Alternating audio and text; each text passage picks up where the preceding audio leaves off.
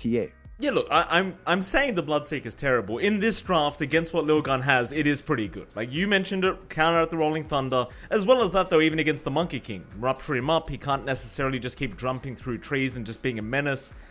It is a nice way of dealing with both those heroes, and it just makes enough sense to go the Bloodseeker route. But now I do question exactly what position we're putting that Bloodseeker in. Like, if we're looking at a position 1 Bloodseeker, the only reason I have faith in that is because there's a mid TA, right? And you know the TA is going to be that carry anyway. So the Safe Flame Bloodseeker, you could probably just kind of run a tempo setting core there with the Bloodseeker, and you know it still has a lot of value because of the Pango and the Monkey King.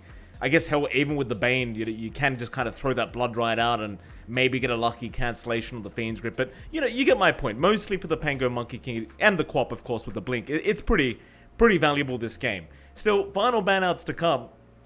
Lilgun just focusing in on the Night Stalker now, and we've seen this before from them, I believe, just not wanting to go against that whatsoever. Which I suppose is quite fair when you are having a core like, say, the Quap, who just really doesn't enjoy that crippling Fear Silence. Any particular heroes you're looking for here for either side, John? It's hard to tell, because I think AG's a lot more flexible, a lot more open. I think AG does have a good read on what Lilgun wants. They're expecting Queen of Pain to go for 11 on the offlane now, banning off bigger cores on mid, because with a Monkey King, you almost always tend to see that be a tempo safe laner, right? You don't tend to see it go for the old build of Battle Fury Ags scaling into late game with Scotty, with Abyssal. It just takes too long for a Monkey, and you kind of want to play fast. So I think what Lilgun needs is something like a carry on the mid, like the TA, like the Lina. We're going to have to see what options are left. Not much. If they want to just go all in on tempo, maybe something like an OD could work. It doesn't feel very comfy, but it does give you like this early way of getting some control off. The Ember Spirit matchup against TA can also work out if you want to. No option for Kunkka. Viper was also banned.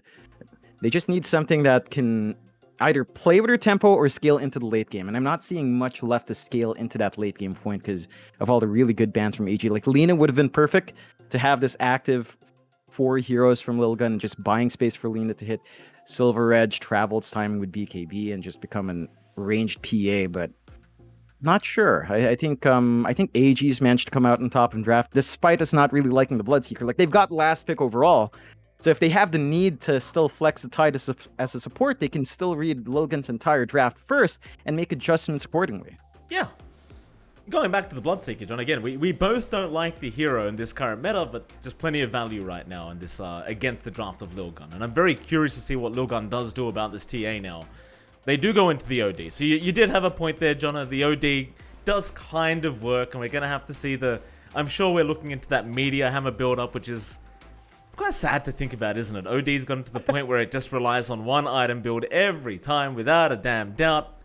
And it can't even be balanced. It's either completely busted or it's just garbage. Like, you can't balance a hero that just revolves around one item. Yeah, and I mean, I did call the OD out, but I guess there's some flex here for Lilgun. If Queen of Pain versus TA lane feels a lot better, you could go Shadow Strike and just burn through Refraction, whereas the OD doesn't really deal with that all too well. An OD lane with, say, a Pangolier 4 does feel good, and AG go with Ricky, so it is a tied support I'm expecting here. Maybe something like a Wami Bloodseeker or Wami Ricky could be something. They're going to adjust. It is an 11 OD, so they will stick with the Sanctity Queen of Pain, likely on her mid, and 423 on the safe lane Monkey. DB Ricky. And it is a DB Ricky. Okay, so yeah. DB Ricky, I think we've seen that a couple of times from AG. It's been a while since we've seen that pause 1 Ricky. I think, it's kind of just faded in the background, but they do shift in the end, and I think that Ricky is a really good way to manage the OD with a smoke screen. That's going to apply pressure. Someone's going to have to build a Force Staff or a BKB very fast, and it's just not very comfy for the OD. Like, once you have Meteor Hammer, you kind of want your Blink, you kind of want your Ags, you kind of want your BKB after the fact, but that will force 11 to kind of reprioritize his build and force the supports to look for Force Staffs in that interim period, and I think that's going to apply a lot of pressure onto Lilgun, but they still have this really strong tempo. They are going with a Varish Bloodseeker 5 and the Wami Tidehunter, so they shift things up even more. I mean, it's still a Snapfire Tide lane. A Ricky Bloodseeker lane? That doesn't sound particularly good against an OD, Mike. I mean, John, I'm sure you'll find some Blood Rage combination you're going to want to talk about later on. I'm sure maybe Varicious has been hearing your cries from that last day, and he wants to just kind of make your wish come true. So let's hold out faith, John. Maybe that's what's going on here. I like the Ricky, though. I mean, it's not in meta, right? But I remember the Ricky meta that was there a year ago. It was about a year ago now that the Ricky was very popular. There's two people that I remember playing Ricky a lot and were very good at it, and that was Jackie, who's currently standing in for Boom Esports. Obviously, one of the best POS ones right now on the scene. And then you've got DB. That's the other person I remember that would run Ricky a lot, and it was rather impressive to watch. So I'm looking forward to seeing what DB can get done here. Obviously, it's got a lot of value with that silence. And we saw Lilgun, they tried to ban at the Night Stalker because they didn't want the Crippling Fear to be there. I wouldn't say Smokescreen is as good as Crippling Fear. It's still pretty damn good, though, especially if you get to the point where you have like a Diffusal Blade or an Abyssal and actually be able to lock somebody down. But we'll get into it. Game number 1 of this best of 3 series between Lilgun and Army Geniuses. John, I didn't ask you the hard question. Who had the better draft going into this one, John? It's a really hard question, right? Because I would have said AG until I saw Varish Bloodseeker be the play. And I just don't know what to expect from DB and Varish's lane. I don't know if they can hold out against an OD and a Pango. There's just a lot more offensive potential out from there. It's a very durable front line with a pause for Tango playing with Shield Crash. OD is OD. Maybe first 2 levels don't feel great. By level 4, that kind of fixes itself. I do feel like AG does scale a lot better towards late game, but it's not like Lilgun doesn't scale as well. I mean, they've got OD, and there's a lot of scaling potential there, especially once BKBs fade down. I would say maybe I'd edge towards Lilgun just a bit, but if AG do manage to ride through the first 10 minutes without getting a, say, 3k loss, then I'd say AG probably have it towards the late game. XD. All right, we'll see how we'll see how it plays out. I mean, I was. Oh, have fun, my best friend. Who's Michelle? Who's Michelle, Jonathan? I do not know. DB was dropping that name in the lobby earlier. I have no context, and quite frankly, knowing these boys, maybe it's best not to know. It probably is best not to know. John, we'll leave it at that. Looks like it's going to be a 2-for-2 trade on the bounty runes. Kishka and, of course, 11 will take the top, and see the bottom one's being taken here by Wami. And we'll start with the bot lane while we're here, Jonathan. Wami on that Tide, along with Narman on that Pos 4 Snapfire. Specialty hero for Narman. And, of course, you've got Ace 12 on the Bane, and, well, naturally, you're going to have the Pos 1 Monkey King here by 4-2-3. John, this laning phase, we talked about it quite a bit during the draft. Pretty back and forth, we'd argue. Do you give the advantage to one side or the other, though? I'd give AG just the slightest lead. I think that they've just got a lot more offensive potential. You can see Narman does have the little shredder up, while Wami's holding on to his level 1, looking to see if he can go for Gush aggression or the Anchor Smash.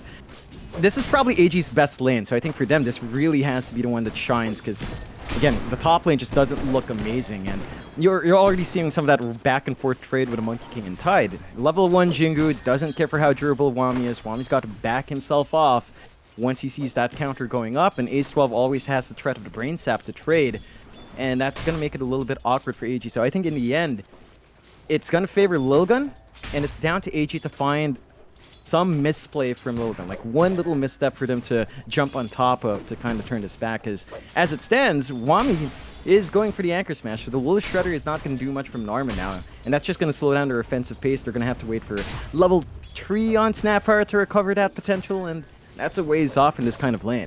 You also didn't really go for that Blightstone you were kind of mentioning earlier, right? So with these, I mean, Monkey King with a base armor of 6, it's going to be kind of hard to get through him without at least that minus armor coming in from that Blightstone. But see how they do deal with it. Of course, over in the mid lane, you've got Azura against Sanctity. Azura having a pretty decent time thus far on the TA. Suppose as the levels get up there for Sanctity, it might get a little bit easy to try and deal with Azura, but even with the Shadow Strike, it does seem like the TA is just going to be perfectly fine, quite frankly.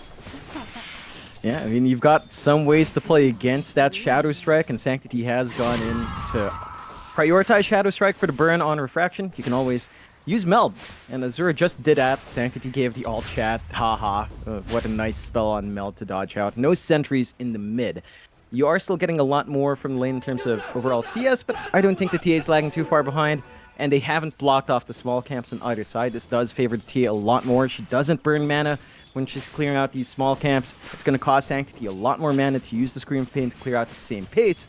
And it's going to be more important for Sanctity to hold onto those runes because of that. So we've got to see some relief at the 4-minute mark, at the 6-minute mark to balance back and really apply some early pressure to the TA. Because once Azura does get that initial farm, once he does get at least a Dragonlance, the jungle's going to be really open for that TA. Oh, that it will be, Jonathan. That it will be. And even Azura right now just kind of manning up against Sanctity, even without the refraction charges.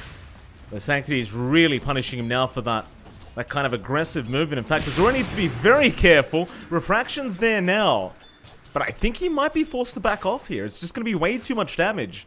And yeah, he's going to make his way back to the fountain unless we have a salve. But no, he has the bottle. Looks like he will stick around. Meanwhile, top lane, Varish in trouble on this Bloodseeker. Is going to give First Blood the way of 11 on the OD.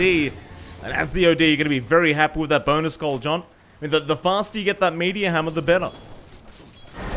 And he's set to really just have a good time in this lane. DB is still finding some good farm, but you're at level 3 on the OD. You've got your Essence Flux up. You don't have to worry about your mana for the most part. You've got level 3 in Kishka, so you can just run up. Level 2 about to hit 3. Shield Crash should be really durable. This is where I take issue with that Bloodseeker support point. It just has no synergy with a Riki.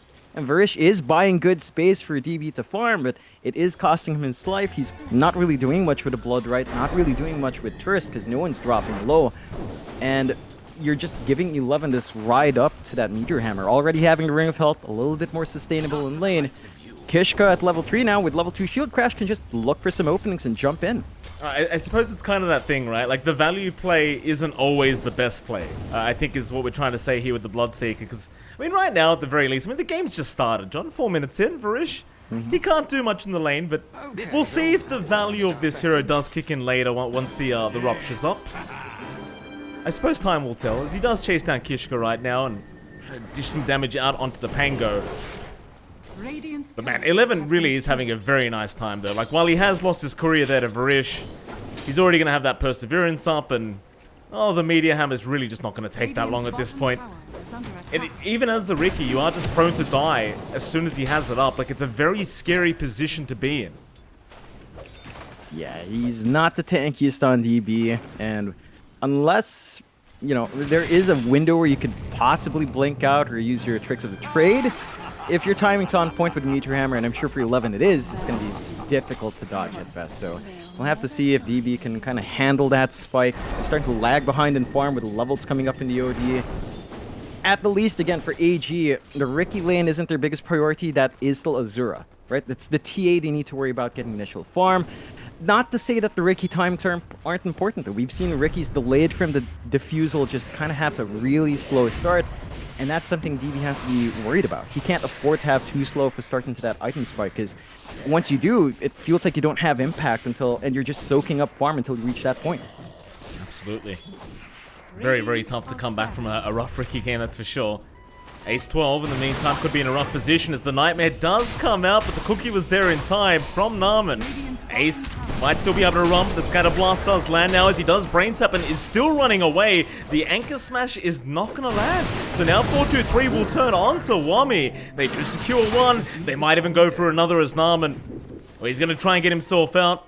4-2-3, he thinks about the chase, but he doesn't have the Boundless, nor does he have the Primal Spring. So just have to leave him be, but you got the much better target on the Tidehunter anyway. You got the big off-lane kill. You get a good rotation out from your Pangolier as well, because your OD lane is going so well and you know there's no threat. But a Bloodseeker, Kishka can afford to just walk around here. Maybe providing some relief in the bot, ensuring that Wami goes off to a slower start. It does feel like, for the side of AG, the Tidehunter is going to have to show up in this game, get some early spikes, and while that happens, Ace 12 manages to even sneak into that jungle, snipe away the Bounty Rune, get the refill off from Azura. He doesn't lose too much in the jungle, and he might find a kill if Ace isn't careful here. Yeah, nice trap slow into the cookie. Ace 12 going to be a free kill there to Azura. And trying to be disruptive, and I guess he was there for a second, but a lot of gold to go back the way of the TA now, and Azura, well, it's not like he was really short on gold, but you know, he'll be happy with the extra. Currently third in terms of net worth. You give credit to Lilgun though. I mean, 4-2-3, top the net worth along with his OD. Meteor Hammer is there for 11. We haven't really seen a kill come out yet with this Meteor Hammer, but you're kind of seeing the effectiveness of it because DB can't actually hit any creeps right now. Like, you just don't feel safe at the moment going anywhere near 11. Yeah, it's just a constant threat. Like, once you're locked in, there's just no save from your support unless the Blood Rite's somehow perfectly timed for the silence, and even then, it's a lot to bank on. Varish is just doing his best to pull the lane back, get some space going for DB. They haven't had the chance to build up stacks in their jungle. Even then, that's likely to go to the TA, so the flash farm for Ricky is still a ways off. And that's the one issue for AG right now. Like, you are getting decent farm in your TA, but in comparison to Lilgun having this great start on the OD and the Monkey King, and even the Queen of Pain's not too far behind, Lilgun's going to hit their power spikes a lot earlier. That top tier 1 with a Meteor Hammer on the OD, it's just going to melt, and AG's not in position to really defend that. Well, we're something to try now as the Meteor Hammer is on cooldown. Varish let the blood ride out as Narman does rotate and does have Cookie up. Kishka's trying to help, but the stun does land, so 11 in trouble, but Sanity's going to be dropped. It's not quite enough. Here comes 423 though to help out, and at least does find Varish. So not the greatest trade in the world here for Lilgun, but it's something. Yeah, it's still a kill to find. Killing off the OD is still pretty big for AG. That's going to stall out the top push. They do actually manage to force the issue and get themselves a little bit more time to build up there, and opening up that bot lane for Wami. Kishka now overstepping as well. A very aggressive movement for that Observer Ward, and I suppose he does eventually get it, but it does cost him his own life as 423 off the mark with the Boundless. In the meantime, mid lane, Azura ends up dropping his Sanctity, able to set up with 11. Again, it's one of those things, even as the TA, if you get Astraled into the Meteor Hammer, well, Refraction, it's just going to melt. Yeah, you've got to watch for that. Great movement out from 11 to find that punishment on mid. And that's the one here where AG can't afford to lose. Sure, you might be willing to drop your Ricky, even though it's a bit painful. You're willing to throw away your Tide. But you need that TA to just build up. And it's at this point where you might have to just consider playing the jungle, having your support stacks in between waves every single time, and just playing really safe. Not even crossing the river because of that spike on 11 where he's just willing to be across the map. Everyone's willing to show up from Lilgun. Like, 423 is not farming. He's just looking for kills, looking for a lane to shove, and looking to play really aggressive because they know right now AG is just not in a condition where they can really force a 5v5. Certainly not. I mean, that top tier 1 going down already, and you know Lilgun, they'll be looking for that mid tier 1 very soon. As we always say, John, once you get that mid tier 1 tower, the jungle has opened up, including that Dyad Triangle, and things do get a lot scarier where you need that jungle to farm up. As this Templar Assassin... And going back to DB as well, I mean, this is something you talked about earlier on, but DB, he can't really afford to fall behind because you don't have any flash farm as a Ricky. You've got to get that Diffusal Blade, otherwise you're just practically useless. Yeah, and that Diffusal is still a long ways off. He doesn't really have a lane to play with up top. Lilgun just maintaining their presence there. You know, keeping the lane shoved in, keeping the threat for rotation into the jungle alive. All the while, they're getting lots of good space out now for 423 to play in his jungle. He's working towards his Maelstrom. Not too far off, just the Orb of Corrosion. Power Treads is enough to have a lot of damage with the jungle built up. They are getting some good space out for Wami down bot. So your Tide Hunter is going to hit that early spike with, say, Hood of Defiance up. Maybe down the line we'll see the blink for Wami. So he's going to be that durable front line the team needs. But their timing around Tide is always around Ravage, and that cooldown's very long, and you can see Lilgun, they're just willing to go for a smoke play, check the jungle, and slow down the TA. They've got that Fiend's Grip as well, and if you can land that, that's as good as done for Azura, as now Ace 12 tries to break the gap, and they've got him. They've got the Fiend's Grip, nothing to cancel it off either. Blood Rite will finally come in, but it's way too late. Then maybe you could find a trade. And Sanctity has been ruptured up, and in the meantime, well, DB even shows up onto Ace 12, but they have not got their kill yet. Narman finally gets him done, but everyone on AG is falling so darn low. Varish, he will drop, and now here comes the cavalry. 11, he'll get an Astral as there is a chase on from Kishka, and he lands the stun, but can he go for a swash? He's got it in 2.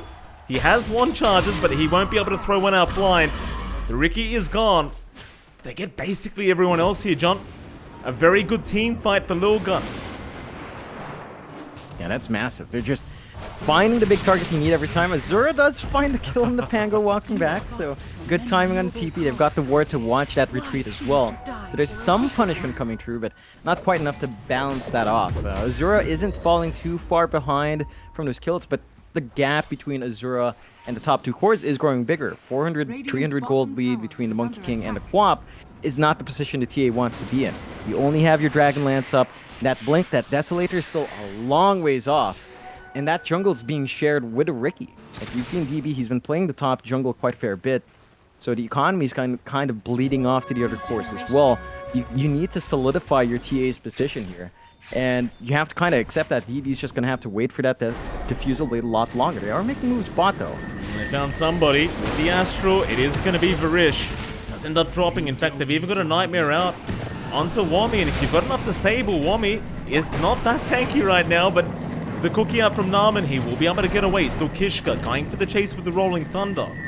He's going to have to make his own way out now as DB is currently stalking a bit instead. We'll go on to 11. They might be able to turn, however. You've got Sanity's Eclipse right now. Ravage is going to fly out, but it's a bit of a hit and miss as the Sonic Wave comes through. They get one. They might be able to get DB, and they do.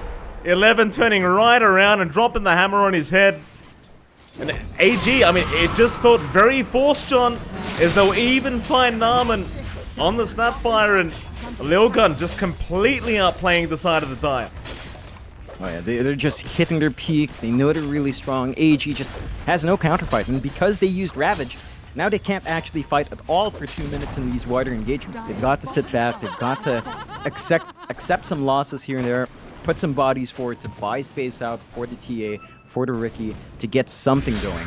And we talked a little bit about this earlier on, Mike, when you asked me about, which team has a better draft. We're at the point where past 10 minutes, a 4K lead for Lilgun. It's very hard for AG to bounce back here, because once that ball rolls for Lilgun, it just keeps going. They've got the push, they've got the fight, they've got a lot of damage on hand, and there's just not enough room for AG to farm up and get a response out here. Well, they've got Ace 12 at least. That might be a nice little support pick-off that they can secure. They are going to make it as hard as possible, though, with the Astral. It's 4-2-3. He might jump in. Ace 12, he does drop, but the Wukong's command is out. They've got Narman and they've got Varish. In fact, they've got Azura on that TA, but he does barely manage to get away. As now the kisses do fly out. Narman, he'll try to turn this for his team, but it may not work, as he does end up dropping.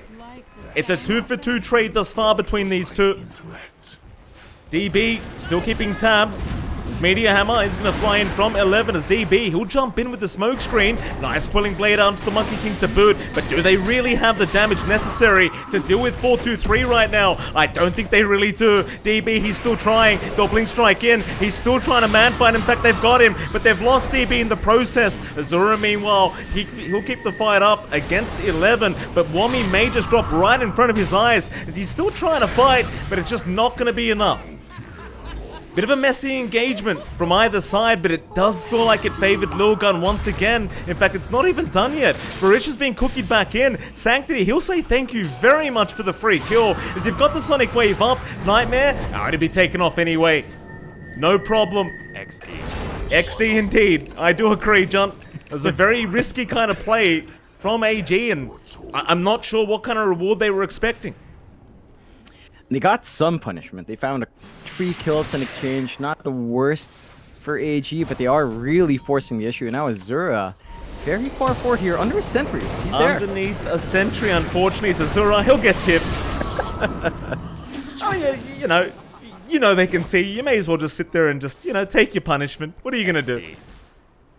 Yeah, he's trying to find form where he can, but you have to admire how well Lilgun's playing. They're just all over the map. They know where to be. They know where AG will want to farm up.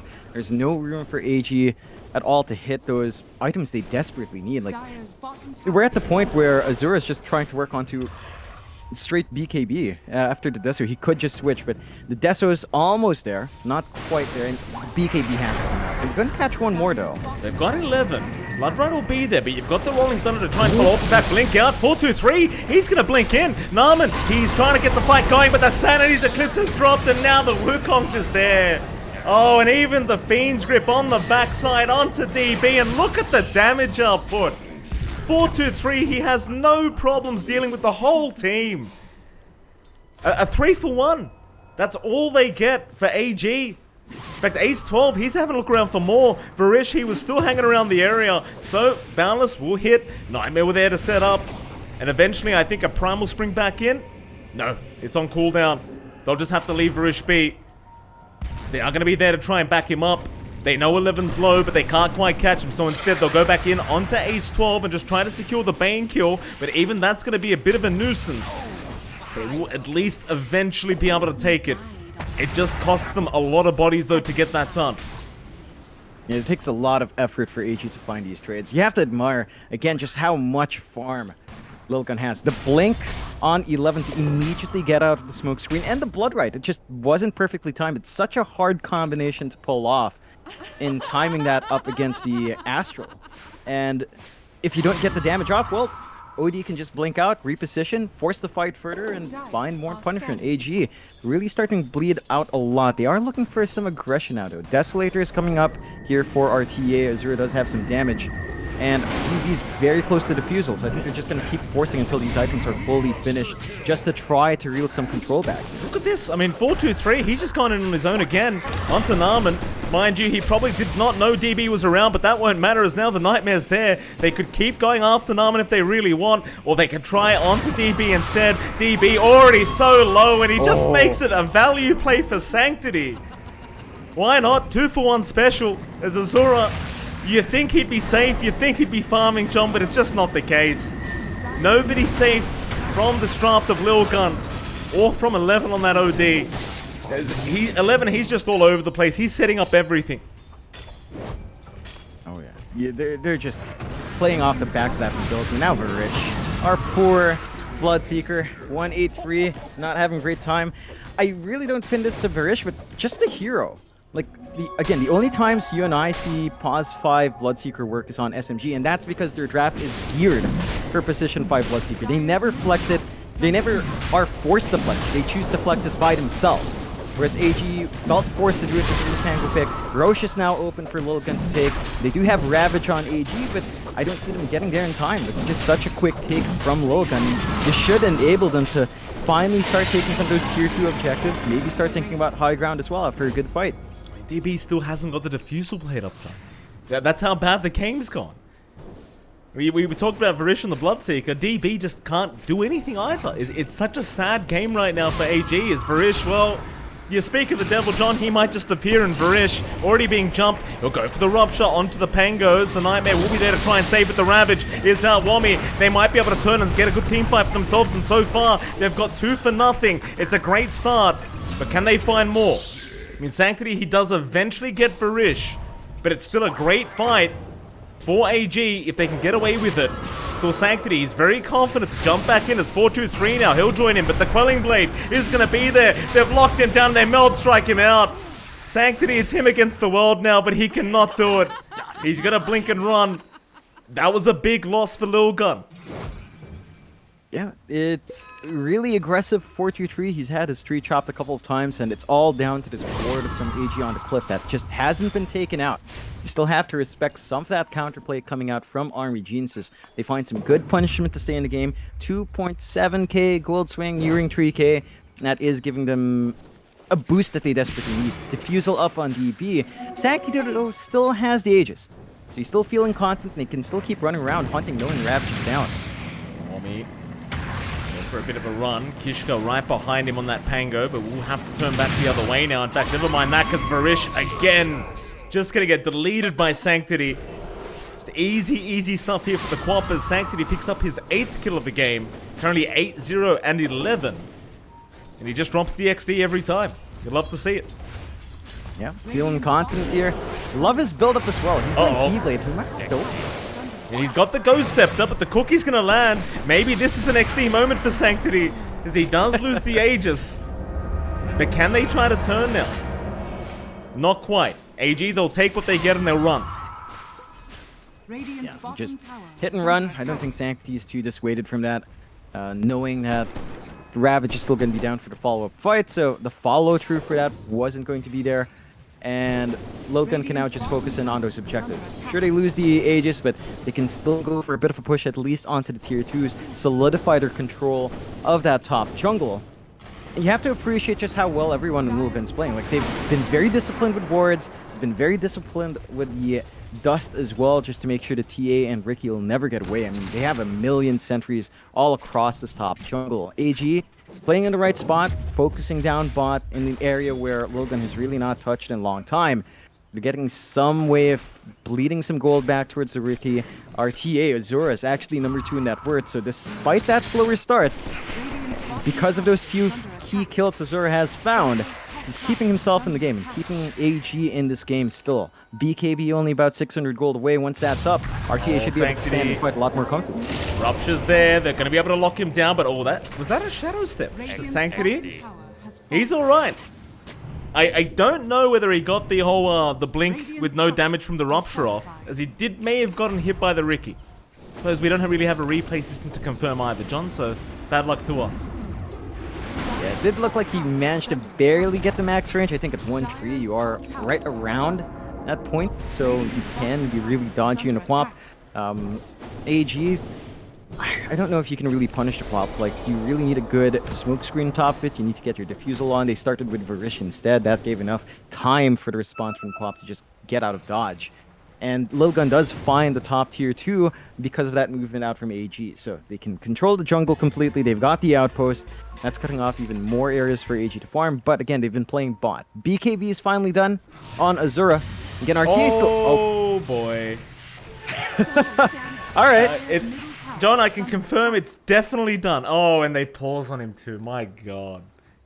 Oh, this is awkward. I mean, you know when you accidentally press the BKB as soon as you get it, and you know, and then there's a pause so everybody gets to look to see what happened. Oh boy, Azura has pressed his BKB. That'll be his 9-second charge, and well, John, we can confirm it is working. Very good. Yeah. Yeah. Sometimes you have to check. That's really unfortunate for Azura though, as they would really want to play with that BKB up front.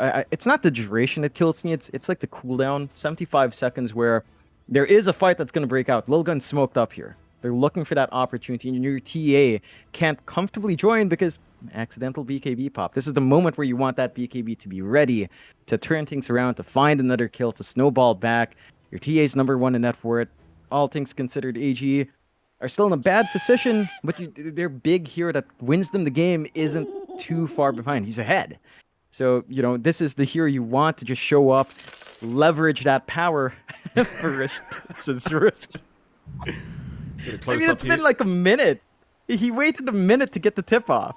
Yeah. I mean, the later you do it, the more it hurts, John. I mean, at this point, Azura's probably over it.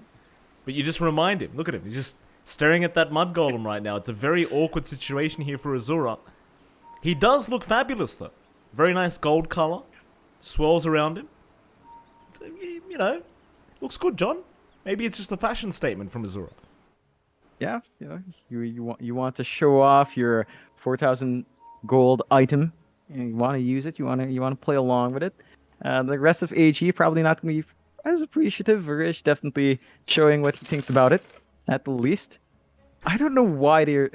Why is DV tipping Ace 12 here? Like, they don't see the smoke. They don't see anything. It's because of all the sentries. They're like a million sentries. Every single time a fight breaks out, Ace 12 just immediately drops a sentry. He's like, all right, we're fighting here. Fine, sentry down. It's like, that's his entire net worth. He still has the gold for the Aether Lens. He's got the Philosopher's Stone and the Keen Optic Mic. That's just a wish list checked off for Ace 12 on neutrals, right? You're a Bane player. You would know this is probably all you want from your tier 1 and tier 2. Yeah, no, absolutely. For any POS 5 players out there, you are allowed to buy sentries and place them in the middle of team fights as well. It does tend to add a lot of value. Very, very good from Ace 12. You'd love to see it, Jonathan. Still, I mean, it's pretty impressive AG are still in this game. I mean, I realize we're only 23.5 minutes in, but 7k, I mean, it's a nice lead, but it's not crazy. You've got Azura, like you've already mentioned, top of the net worth board, though I suppose you could minus 4,000 for the next 70 seconds. But you get my point. Apart from that, John, I mean, we are at a pause, and I haven't had the pleasure of asking you in a long time. Have you had merienda? I actually have. Our lunch was like lumpia, which is like a spring roll, Mike, and we had like lumpia hubad, which is like fresh, so it's not fried. It's just wrapped up. Oh, I love unfried, and it's coating in. It was wonderful. We ordered a bunch of merienda food from the restaurant as well. So we've got some empanadas, some fried lumpia, and I think I've ranted on about empanadas before. You know, they're like a. You know what a Jamaican pocket is? I don't know what that is, but it was a fast food stall I saw in Manila. So it's like a pie. I don't know. It's like So hard to translate. What is it? It's like a, you know, a dosa. It's like a Right. dosa. No, not the dosa. No, not the dosa. It's like a samosa. It's like a samosa. There you go. Right, So it's like right. a Filipino samosa. It's beautiful. It's tasty, and it's as tasty as this game getting unpaused, Mike. Thank you for that segue, Jonathan. In case you were wondering, I had banh mi today, John, for breakfast. Very nice. Oh, well, beautiful. we'll I've hold been that craving conversation for a second, because Varish is going to get caught out once again. He's going to die. Godlike Spree, the way of Sanctity. Surprisingly enough, Sanctity, even with the defusal up on DB, has not dropped a life yet. Still 9-0-11. I believe the only life we saw him lose was the Aegis, so not too big of a deal as he does head down south, but is going to miss out on a couple heroes. Yeah, had me a banh mi today, Jonathan. It was very, very nice. Oh, that's beautiful. I've been craving for a banh mi for over a year, Mike. Just never able to go out to that Vietnamese restaurant. Those sandwiches are to die for. Yeah. It would be perfect if you also had Vietnamese coffee. I That drip did, coffee they have Jonathan. is insane. Oh my Of god. course I'm so I did, jealous, Jonathan. Mike. Now you think I'm so uncultured that I didn't order a Vietnamese iced coffee? Those are so good. You had a great time. You were telling me about your day. I'm glad to hear at least some parts of your day are great, Mike. It's good to hear. Oh, that was literally the only part that was great, John. To top it all off, we're currently sitting in 32-degree weather in a shed somewhere in Australia, John. So it's getting quite hot in here, let me tell you. It's DV. They're going to smoke up. Sleeping Dart is out to connect on the Quappers. They're going to try and make the jump in, but Sanctity, he does get stunned up at 4-2-3. In the backside, he held everyone else back. Zazura and 4-2-3 both popping their BKBs. Nothing really occurring yet as the rupture does also land onto Kishka with the Mortimer's Kisses. They really want to ensure he does die. And they do. That'll be about it. A pos 4 kill for the side of AG, but nothing else to come out of this river fight. They've still got the Ravage on AG, but no BKB on their TA. Looking to force it though. And Sleeping Dart, a very nice setup here from DB as he does get another support from the side of Lilgun. And this is a great way to just claw your way back into that game. These support pickoffs, they don't seem like a big deal, but hypothetically you say Roshan's up, John, that would have been a free Roshan the way of AG. In fact, they may have found another. They've got the OD trapped up now and surrounded. He'll blink away though, but you've got a blink strike. You just need the vision for DB. But he's not going to have it. So 11 gets away again. Or does he? Sleeping Dart. Plot twist. Without consequence. Stunned up. Astral again. Does have Blink Dagger available right now. Narman not going to be able to time it perfectly. The Blink TP away. They've got no stun. He's going to get out. Oh, they had the shards too, John. It just, the bullets didn't make it in time. Yep. Unfortunate for the side of AG. Great dodges out from 11. He's been on point with his blinks every single time in that OD when he's been jumped. Just shows you how annoying Astral is conceptually as a skill. And it just gets even more annoying if you have that shard. I will never stop hating on OD Ag Shard. Just because it's the most tilting thing to see when you're trying to gank someone and you see them slowly creeping away, Mike. Slowly creeping away. It's even worse when they have the Ags, because they slowly creep away twice just to tease you. And they just get away all smug-like. AG probably kind of feeling the same way here. Still kind of posturing their jungle, though. Under vision. Could be risky. Varish, not really going to have much of an option here. He'll just kind of tank the gank. It's now 4-2-3 to get away safely, but does lose his own life. Roshan could potentially be up in 15 seconds, so see how lucky AG can get, but it seems like Lilgun, they want to fight right here, right now. Question is, how do you get to the high ground? In fact, never mind that question, they've already gone 4-2-3, a 3-man Boundless, but he's already dead. Wami able to pick up the kill. As Roshan, oh, it's a 30-second timer to boot. That's a little rough for Lilgun, as they might lose another. 11 could not blink away this time around. And assuming AG just keep tabs, they'll have Roshan. Yeah, they could just drop a trap on Azura. Doesn't quite opt to do so. There are some good wards watching here from Lilgun. Varish will take care of at least one of them on their side of the river. But Nat Roche is going to be big. They still have Ravage on AG. Wami's been very patient for that spell. So when the fight does break around Roche, they've got their big AoE spell ready to go. And for Lilgun, at least they have the Rolling Thunder ready, so Kishka can make a play inside. And a DD as well. Azura gets everything. There you go, Mike. Tradition is kept. It's And sickening. Roshan, there you go. They're gonna go. How does it happen every time we cast? I mean, it doesn't make any more sense. It can't be coincidence, John. There's got to be a bug in the code for these DD runes, I tell you. Well, I'm sure Azura's not going to be asking that question. You know, these teams, they don't care. They get the DD, they're happy. They're going to have smoke. They scanned Roche. They saw some people, but no one's there right now. So they might be baited in on a fight in the high ground once more. Perhaps. See if Sanctity can get in range of anyone without breaking that smoke, as there is going to be a counter smoke out here from AG. Sanctity going to have his smoke broken along with Narman. Meanwhile, a big wraparound from DB, trying to find somebody in that dire jungle.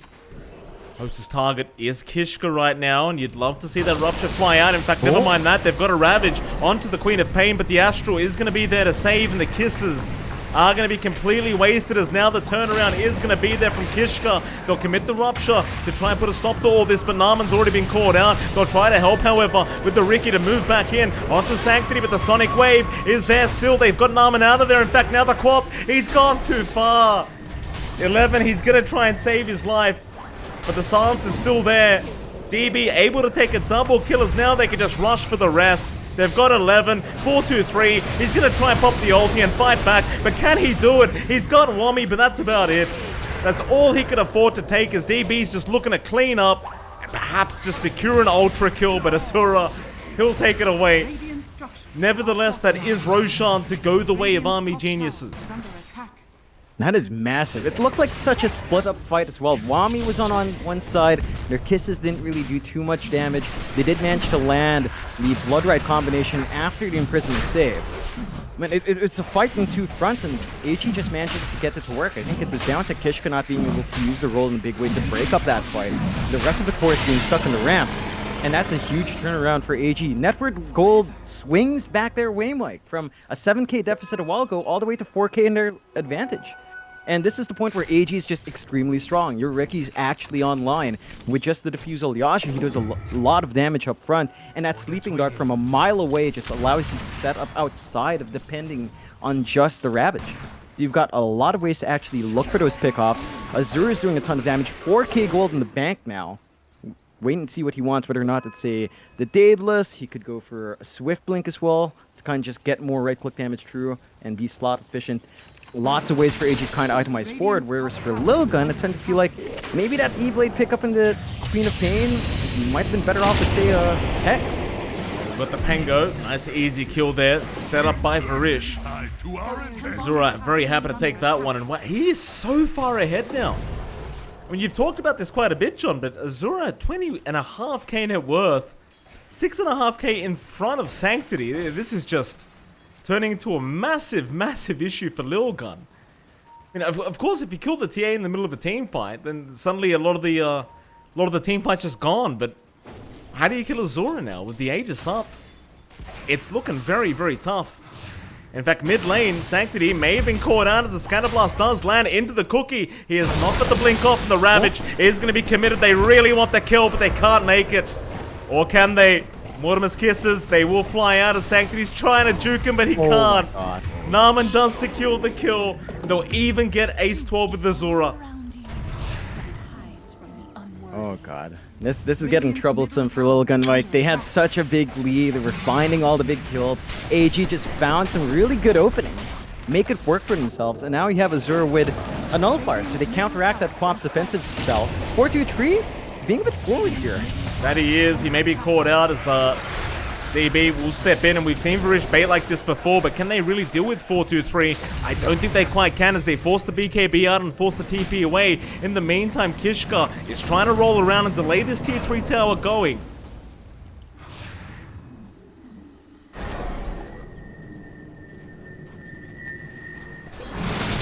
Zura gonna stick around. I mean, they've still got that Aegis up. In fact, Gosh will be there onto 11, and that's a lot of damage with that Nullifier. Astral will be there. They might try to turn back in on Azura. They've got the Fiend's Grip, but they've got to get rid of that Aegis first. So the tier 3 is going to go down here for AG. That'll be about it.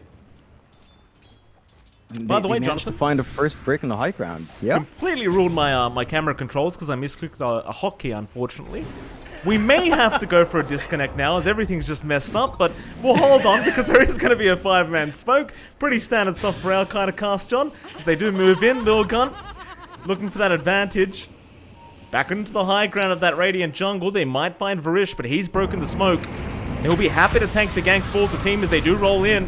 Varish, he'll be the first to drop. Back to a nice double stun here onto Azura and Narman. They have got the Snapfire locked down. So Lilgun do at least find 2 for their trouble. There'll be no sort of response here from AG. Yeah, cut their losses, drop the supports, wait to fight another day. Lilgun managed to find a good angle up. They had a nice ward on the high ground when the smoke broke, so they knew the angle they had to take for the roll. Get some punishment off onto AG. Kind of stemming their losses there, ensuring that not much more progress can be made on the high ground. Aegis, only a minute left, so being shoved this far away from the map is going to hurt. Because now it's very hard to see them actually making it in time to play with that Aegis, to play with that second life, to get more objectives on the map. That is going to give Lilgun some time to recuperate. We're seeing Sanctity working towards a BKB into Shivas, wanting that armor to stay alive now. Does manage to take the outpost out, but Azure with a shard can threaten. Does manage to blink out in time, but can't really use that outpost control for too long. Aegis expiring in half a minute, so again, Azura's not going to be looking to play too forward now. But this is the point where you can start bleeding some of that gold away from the TA onto the Riki. DB, he's been playing with a Diffusal Manta. He could go for a BKB of his own. He's going to be very hard to deal with in the front lines, and maybe start thinking about damage. You know, get some Agi items up. A Butterfly would do a lot. Even a Daedalus would be nice. A secondary Nullifier to deal with other Ghost Scepters would be big, and they do catch out Ace 12. But they do. DB, nice little setup. Smoke screen to be thrown out. That'll force Kish to go with the Rolling Thunder. You don't really want to lose this Bane right now. Not while he's got that Fiend Trip off cooldown. And Azura, he will end up losing the Aegis, so suddenly AG might have to go back into a defensive position. You still have plenty of kill potential here in Azura, regardless of his net worth. Handing that gold back the way of Lilgun could be very problematic here for AG.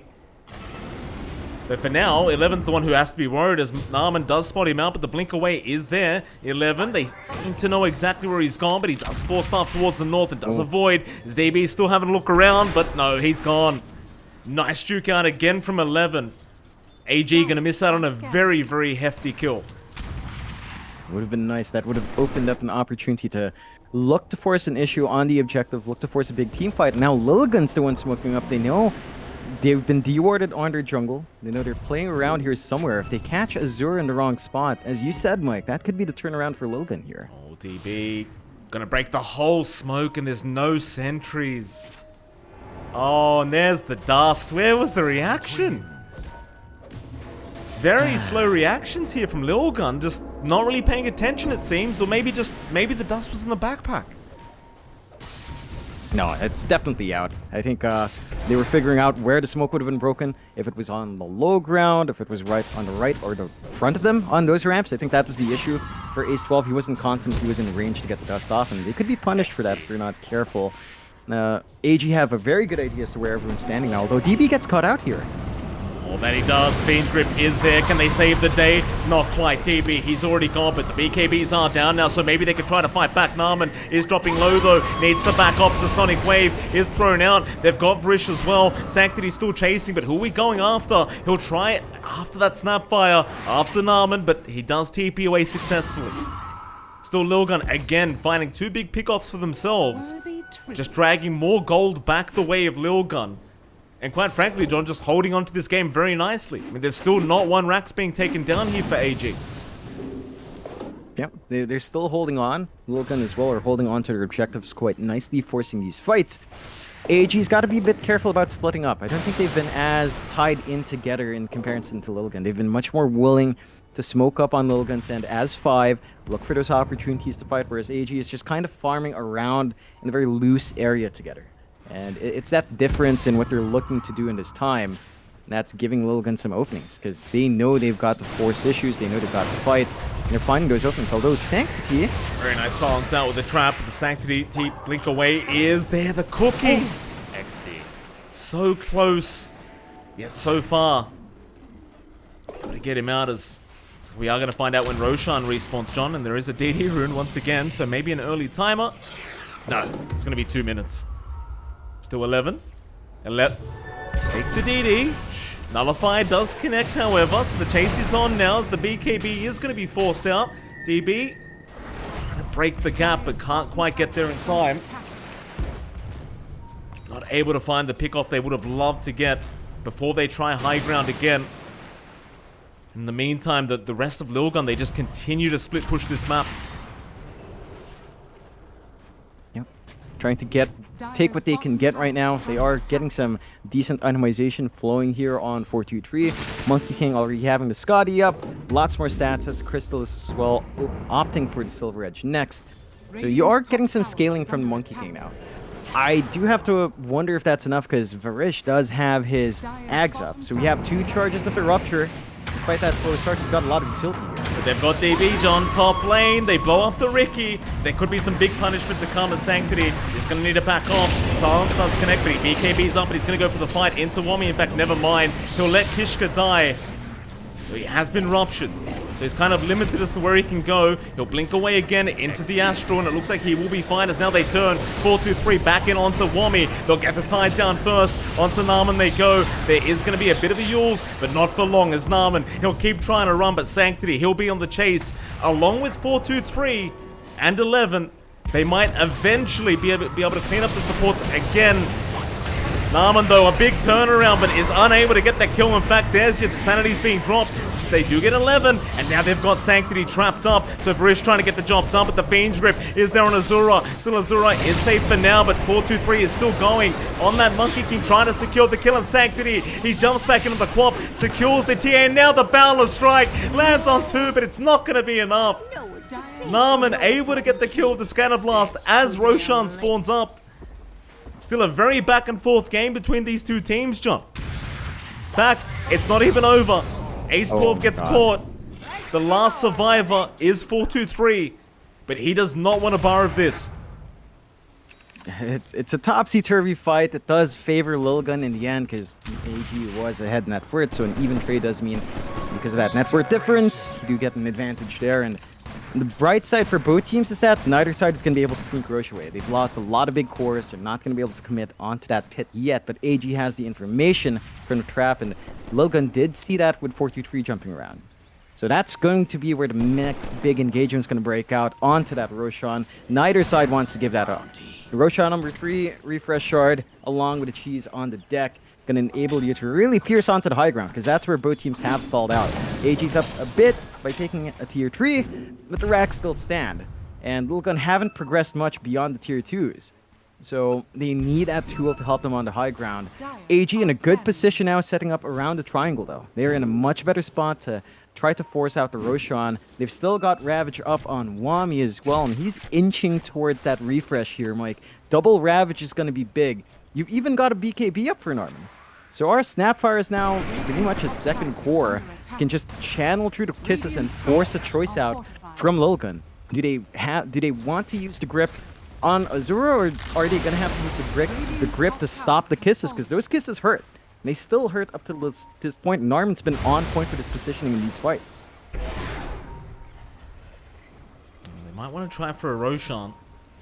5 seconds for that power rune as well, so some decent timing for AG, but they want to go for a fight, it seems, first. They'll get an invis this time around. Rish will take it himself. I mean, he is going to be the one to be on the front to just break the smoke if necessary. That Roshan, though, surprisingly being given away for free here by Lilgun. It's a massive objective to give away for absolutely no contest, but that's exactly what's happening. In fact, you can see AG, they almost don't believe it. Just keep kiting out the Roshan, just ready to run, but we're now a Refresher Shard available on Wami, along with the Aegis on Azura. And assuming Wami gets a Refresher Orb before he uses that Refresher Shard, John, that's 3 Ravages you've got to worry about. It's a massive amount. The one issue that limit Wami is his mana pool. I think that's the one thing. He's probably only going to see 2 in reality, but it's still a strong tool to hold on to. Lilgun, they knew Roche was coming. You know, they had 4-2-3 check the Roche pit before he could out. They know it was there. They do at least kill off Wami's courier, so that refresh orb you were talking about, Mike, ain't coming in for the next fight, but doesn't matter when you have the shard. And this really opens up the high ground here for the side of AG. Now, Lilgun does have the refresh up in their monkey as well. Wukong's is going to be available despite, say, a buyback having to be forced out. But that also does take away the buyback of 423 anyway. He doesn't have any gold to spare, so if he's caught out here, that could be a lot of racks melting here. 11's got to be careful. I mean, he's a primary target on this OD if they can catch him. That sleeping dart is what you've got to worry about here from DB. Just fantastic setup for Army Geniuses to just find that exact target they want. Wami, of course, with the blink ready with that double ravage anytime as they try to jump in now. Rolling Thunder. Oh boy, they fiend grip something. It was a Ricky illusion. They fiend grip. So the ravage is there. They found 423 on the tree line, but can they take him down? Narman's knocked him out of the tree, but it's not enough. They'll get the buyback from Kishka, but they don't want to take it too much further. Just back to the racks. Oh, Sanctity, that's a very aggressive jump in with the Sanities. Zura. He's going to be just fine. So much being wasted there by Lilgun. At least on the Quap, you won't have that BKB and you won't have the Sonic Wave. And Army Geniuses, they might be able to keep going now, having this information available to them. The problem is, you've got to go top. You don't have that bot T2 tower taken down, so AG, back to the top lane they go. Not looking 100% confident in this, but they should feel very confident with that Aegis up. Keep in mind, there's still a second Ravage from Wami as 423 now going to pop the Wukong's command. Wami's got the Ghost Scepter, however. They even get the Sleeping Dart out. Won't be enough, though. AG, do you want to keep going? Yeah, they commit the cheese on Wami just to get the mana topped up. Beans They grip. do want to do it. Gonna lock him down, but a big Ravage is there. Wami landing on 3 as they drop the Wukong's command again. Sanity solo, but Azura, he might drop. That'll be the first time as Narman. He'll be the second target. 11's trying his absolute best. In the meantime, Sanctity's dropped, but Azura, he's been caught out again. That's the target you wanted. AG, they are gonna lose quite a few. Like, where's DB in all this? He went after Ace 12, but it just took so long to get the job done. He might pay for it with his own life as they try to chase him down. Varish, he'll be the third to go as DB is going to be able to run out of range, but I can't say the same for Wami. He does get caught in the tide. Another target to go for AG. Lilgun, they successfully hold that second lane of barracks. Great fight coming out from Lilgun. They forced the issue on AG. The Ravage wasn't quite the best use from Wami. Very disciplined to kind of spread themselves out in Lilgun to ensure that the opening wouldn't be found.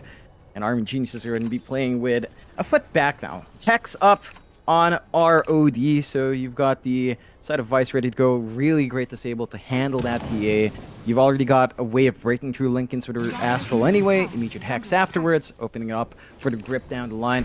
And that Lincoln's is really important in TA, but there's just so many ways for Lilgun to break through it that it's still difficult for Azura to frontline like that. And now Lilgun can go high ground if they wish. They are maybe playing a bit risky. There is a buyback in 11. They managed to save up in the buyback for 43 again, so you have your big cores ready to go back in if they do get punished, but they'll play it safe. They take out all the tier 2 towers away from Army Geniuses. Map controls kind of lacking for them now, but it's kind of evened out at this point in the game, 46 minutes in. But outside of AG, I mean, the next time they choose to force the fight, they will have a refresh orb on Wami, so they will still have the threat of double Ravage. It does feel like you really have to protect Azura. I think that's a big thing. Like, the moment he does get gripped up, it's not like you have your own Astral. It's not like you have any Lotus Orbs up. You need to find a way to just get Azura out of that control and ensure that she has her teammates around her when you do get the damage off. Because we saw Azura just isolated in that fight. It broke up in 2 halves. Lilgun managed to cut off AG on the backline with Azura so far forward that the TA just couldn't do anything by herself. And keep in mind, with the Ags up, John, it's a very low cooldown on the Fiend's Grip. 55 seconds, and we saw that last fight. He actually wasted it earlier on an illusion, but he managed to throw another one out in the middle of the team fight as they go in again. They found Varish on that Bloodseeker. That'll be a start, but Varish buys back. They want to chase 11. I mean, he's a great target if you can get him, and they already have, but now you've got to deal with Sanctity and 423 who jumped in, but where's your target? They get a couple BKBs forced out, but that's about it. Neither side making the jump back in. Still, you've got some big ultis up in the Wukongs and the Sonic Wave and the Ravage. And of course that Fiend's Grip as well. That can't be underestimated. Looks like both teams going to accept the fact that they've brought back and just leave it at that. I mean, Roshan's still got quite a while to go, so I suppose you've just got to make sure nobody dies back right now to ensure you have a 5-man roster for the next Roshan fight. It's going to be the big objective everyone's going to be waiting for here. Lilgun are still making steady progress on itemization. Like, this massive lead Azura has, it doesn't matter as much at this point, because 10k at 48 minutes when you're already 6 slotted, there's not much room to grow, and Azura's actually looking to buy a Divine. Oh, I love so he knows what he needs to do. He needs to get the damage off. I still worry about his durability up front. Oh, Wami, his refresh gone again. That's the second time the recipe's been sniped off. He has the gold to buy it out, but he lacks the recipe, so no double Ravage in the next fight. That's a big opening for Lilgun. They must have seen the content of that as well. So they're going to be more confident coming in. And they're doing a lot of damage. I mean, again, 423 has a Daedalus up. He has his refresh up. He's very tanky in the Wukongs up against that physical damage lineup that Army Geniuses has. It's getting harder and harder to burst down that Monkey King, especially when he does get his ult off. So AG's got to work double time to find the opening, and Lilgun's definitely not making it easier, Mike. They are not. Very, very close. Dota Plus right now, I mean, it's 36-64. The way of AG.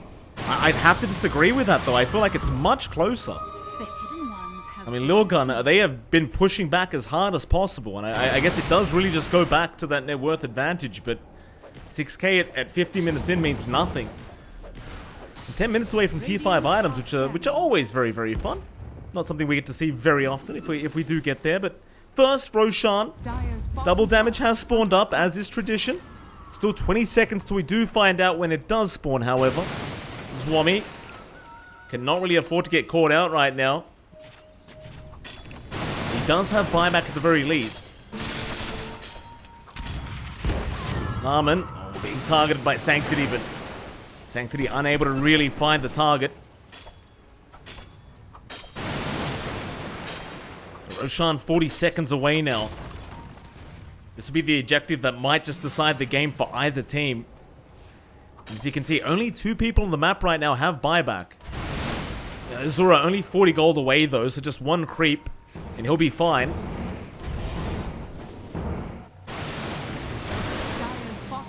That being said, he's gonna get that creep first. Yeah, gotta get that gold up and running.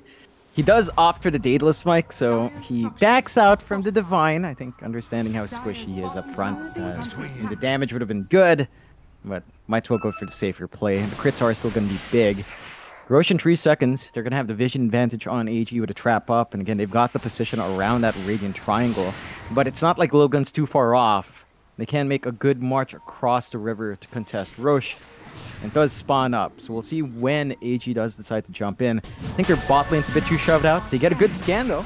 So they know where Lilgun's camping around. And that should allow them to actually just go in confidently, knowing the angle that Lilgun will have to take if they want to contest the Rosh, but it goes too fast. This is... You can't allow this to happen. You cannot allow this to happen as Lilgun. Like, you're split pushing the bot lane, but a free Ag's up now. Refresher shard again to Wami, so, you know, assuming he doesn't lose his courier for a 3rd time in a row, he might actually get 3 Ravages this time. This is... I mean, that could be game losing for Lilgun, just allowing that to go away for free. It's just so strange. They had this position on the triangle. They never tried to cross. They knew Lilgun, Army Geniuses was playing on the opposite side of them, but they never chose to contest. I think they're really playing safe because of that, of how close the game is. They fear one bad fight is going to expose their 2 racks and put them in a very bad position to counterfight. AG now confident for the second life. They're actually going to force the issue and pincer them here on the forest line of the bot area. And they may just know, I mean, traps are being put down as Kishka going to try and initiate onto DB. They'll start with the Riki, but Azura jumps in straight in onto that Bane as DB. He's still fine. They're still fighting. There's a Sonic Wave out. 423, who are you aiming? He's hitting the Creep Wave right now. Kishka is still trying, but 423's been trapped up. Meanwhile, on the backside, Sanctity is trying to fight onto Kishka. There is still a lot of stuff just flying out. 2 down for each side. They've got out Narman. Sanity's finally dropped. It's not enough for Wami though, but it will eventually be. as they continue again onto Sanctity, trying to deal with that Queen of Pain, but Azura now still has the Aegis and BKB, can continue fighting along with that buyback.